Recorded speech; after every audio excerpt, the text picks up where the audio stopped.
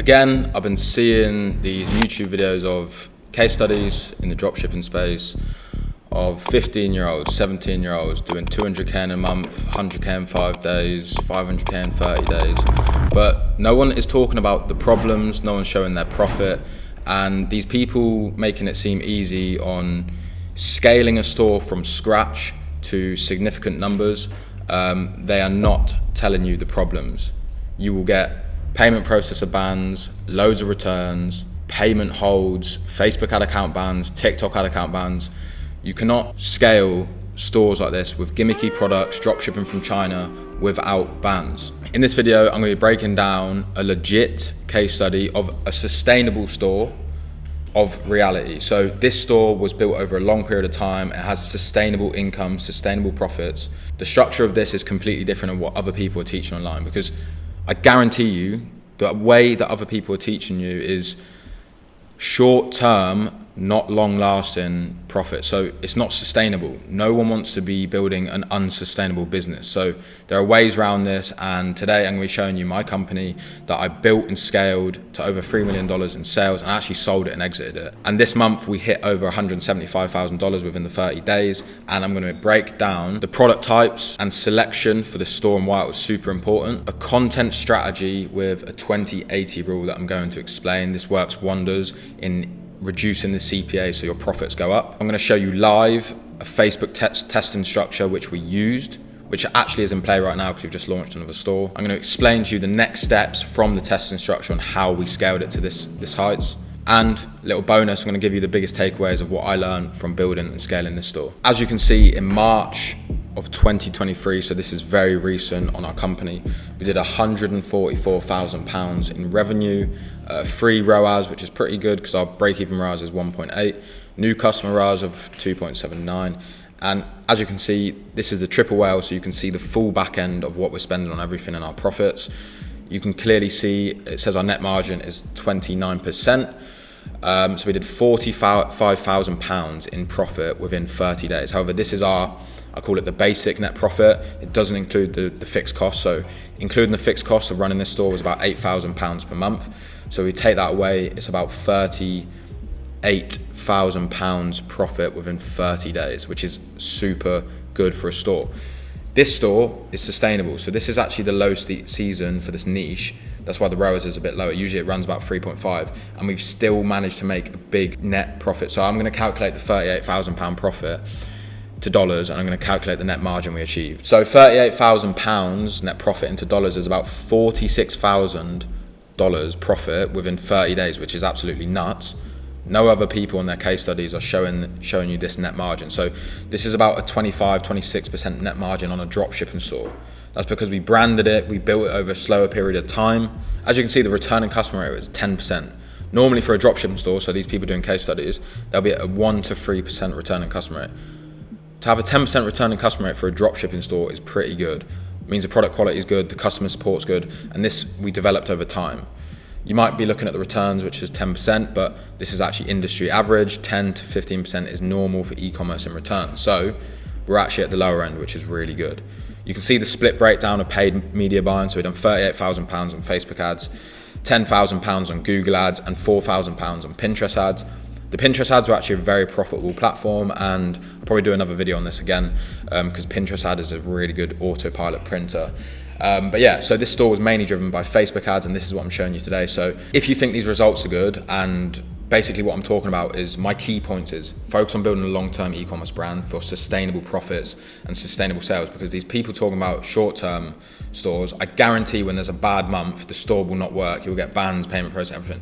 It's not sustainable, and no one on YouTube is actually telling you that. Like, dropshipping can be very difficult if you don't focus on long-term and you're just focused on quick profits. So quickly, before we get into the value, I've been working on a free Discord. I'm doing free live weekly coaching calls probably every 2 weeks. So join the community, it's completely free. If you're even more serious, we have a private network and mentor in there as well. So have a look at that too. Let's get into the video. So what were the product types and how was this store laid out to enable such high profit margins, which was sustainable? So let's break it down. So these products had a higher AOV. So you could probably say this is like a higher ticket store, but I would say it's more mid-ticket. We had an AOV of £350, which enabled a massive amount of spend on Facebook, and Facebook obviously loves more money. So the more you can spend for a higher cost per purchase, the more like room for error we had. Like we could get £150 cost per purchase and it would be like break even, which is so much room for spend and error. So the rule of thumb when you're doing e-com dropshipping, you need a minimum of 70 to 85% gross margin, which we had.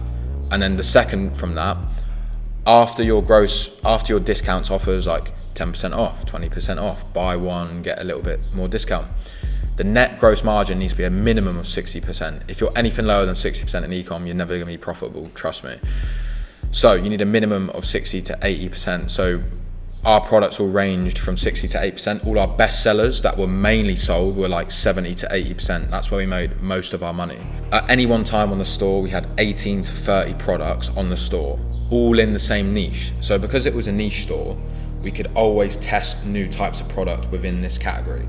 So we always had new offers, always had new products come in, and we could keep building on that. And that's why people would want to come back, because you're constantly releasing new stuff. You're the best in this niche, in this category. So this store was built around a retail type store. So for a good example, fashion. Any type of fashion store or trend store, you can build it in a retail type. So people will come back, people will order more than one product, which is really beneficial for e-com. This is how you stay consistently profitable. Most of the people online, they'll be talking about one product stores, 50% profit margin. That will not last, that will die out, and you're not going to be able to come back once you begin to be unprofitable, which happens all the time. With any store in e-com, they'll be unprofitable and bad months. However, if you're in this category and you reach these KPIs, you should be fine over the long term.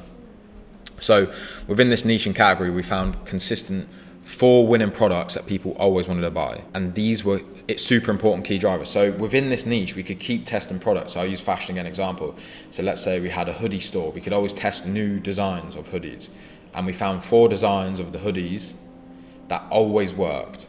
So this is what we built the store around, and this is what drove consistent profit. Most people in this niche would order 2 items. This is massive. So if you're spending on paid ads, you want to get the most out of each customer. So if you're paying for an order or paying for a purchase, let's say £50 per purchase, if you can get that customer spend double the amount of they normally would, you're going to make more profit for that same amount you spent. So this is super key in e-com, and increasing the AOV of your basket is super important. So our products actually range from like £100 to £1,000, but most people will be ordering £150 products, but they'll be ordering 2. This is super important. So again, this niche is evergreen. So for example, fashion, it's an evergreen niche. People are always buying fashion. So this niche, there was a market for it, and there was always an audience of people buying for it. So we just had to keep it consistent, always update it, new offers, new products, and keep things fresh, live, trendy, and things people wanted, to keep on top of this market and audience. So the next steps to getting such a high profit margin was content.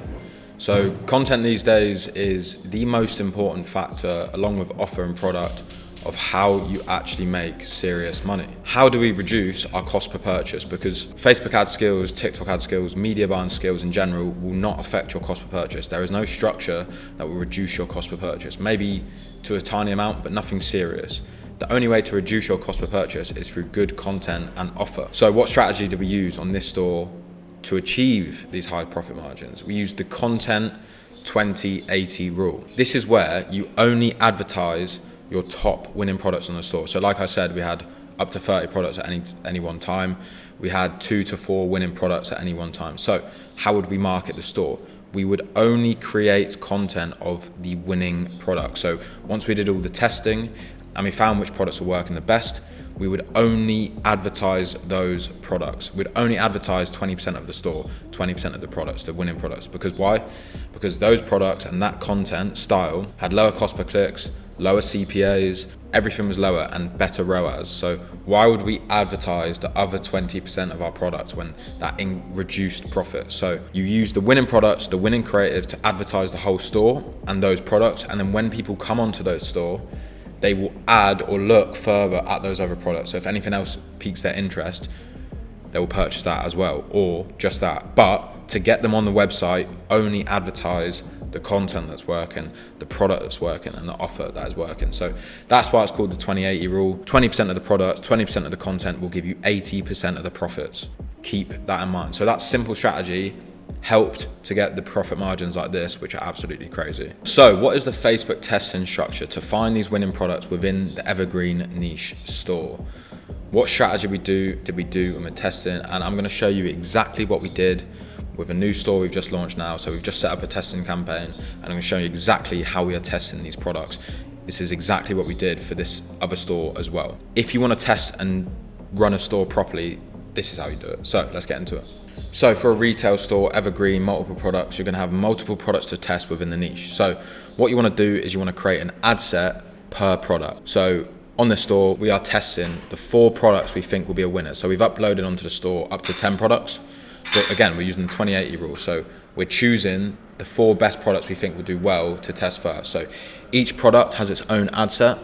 We're just naming them B1, B2. That basically just means broad one. So when I'm testing products, the first step will be to keep it completely broad. So no targeting, no female, male, no age restrictions, just completely open with a minimum budget of $50 to £50 per day. This is a perfect way to start. It might seem like a lot of money for some people, but this is the best way to start because Facebook needs more money to test.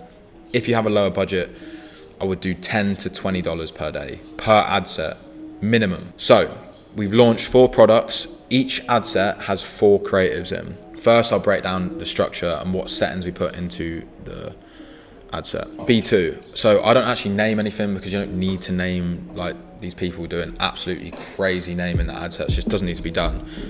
Once you know how to do Facebook ads, just keep it simple. So literally this is a sales campaign, ABO, which is ad set budget optimization. So the budget is on the ad set. So £50 per day. We're targeting 1 country. Do not target multiple countries because you don't know where the sales are coming from and it's not as accurate. So we're targeting just United States, completely open, 18 plus basically, all genders, no detailed targeting. I put Advantage Plus placements on, just let Facebook do the work for now. And that is the ad set for the 4 different creatives. So this is 1 product. And this product we're trying to test, we have 4 different creatives, 2 just normal images with nothing on them. The 2 other creatives are images with text or edits on them. So we essentially have 4 different variations of the creatives, some edited, some not, of the 1 product. So we're testing multiple things. Everything's open, everything broad. The next step is launch this campaign and we let it run for 3 days without touching it. So that's $600 in spend before we even make a decision. At that point, we will look at all the products we've been testing and make the next decision from there. So using the testing strategy we used for the dropshipping brand that generated $175,000 in the month, we're using this strategy on a new store we're launching. I showed you the structure, but we actually launched it and within 12 hours, we might have already found a winning creative using this structure. So with the 1 ad set of the 1 product, out of the 4 products we're testing, within 10 hours, we managed to get a sale with a £12 cost per purchase. As you can see here, we spent £12, got 1 purchase at £40 at 3.2 ROAS. So within 10 hours, we got a positive result. So the next steps, this is an indicator that this product could be a winner. This creative could be a winner. So we'd let this develop for another 3 days, and if this results stayed consistent, what we would do is we would build off that 1 product. So we have 1 winning product, 1 type of winning creators, and we would duplicate variants of that and continue to scale through ABOs, CBOs, or Advantage Plus campaign. So this is the testing structure for Facebook ads. So what were the main factors that enabled us to hit $175,000 in 30 days? So I've written out a few things and I'm going to dive into and explain them. So number 1, we used Facebook ads as the main driver of traffic and sales. Whether you like it or not, if you still believe TikTok is better than Facebook, you are completely wrong. If TikTok ever becomes better than Facebook, I'll let you know, but for now, Facebook is still the best main driver for any e-commerce brand. Believe me.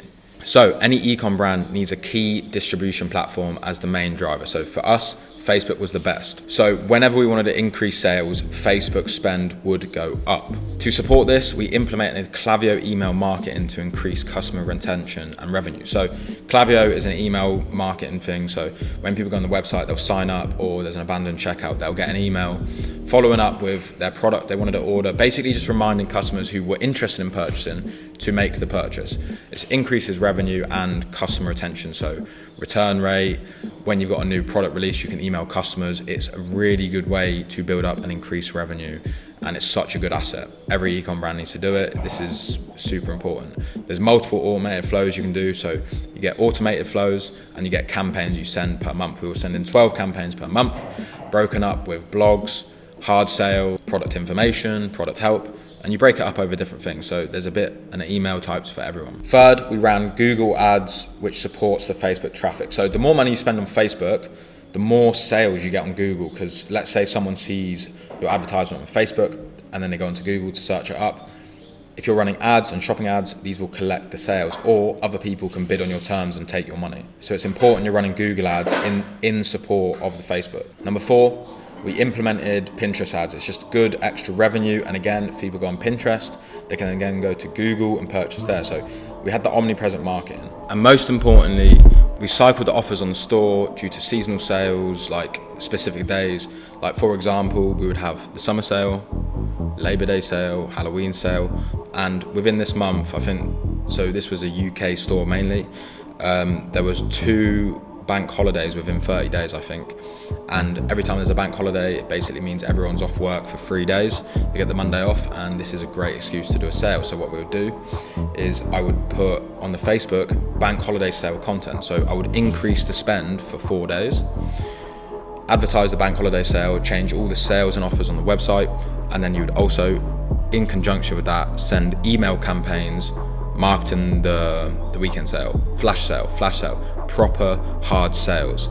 But you can only do the hard sales once you build the customer, the email base, people interested in the store, the traffic, which comes with the long time of working on the store. So these were the main things of how we scaled to this store to $775,000. The biggest takeaways I can advise you to do is do not look for the quick profit. Don't sell gimmicky products. You need an AOV of minimum 60% after discounts, ideally 70%. You want this product to work on Facebook. TikTok's a bit unsustainable. It requires a lot more creatives. Facebook is more sustainable, less manual work. You also want this product ideally to be a retail store. If it's one product, it's gonna be hard to scale over the long term. You want to get at least 6 months out of a store. 2 to 3 months is pointless, because the amount of problems you'll come into for the profits you'll make is not worth it. So focus on building a sustainable brand, long-term business, and you can actually get the exit like I did, where you make the real money. So peace and love, guys. Join the free Discord. If you want private mentoring, click the link below.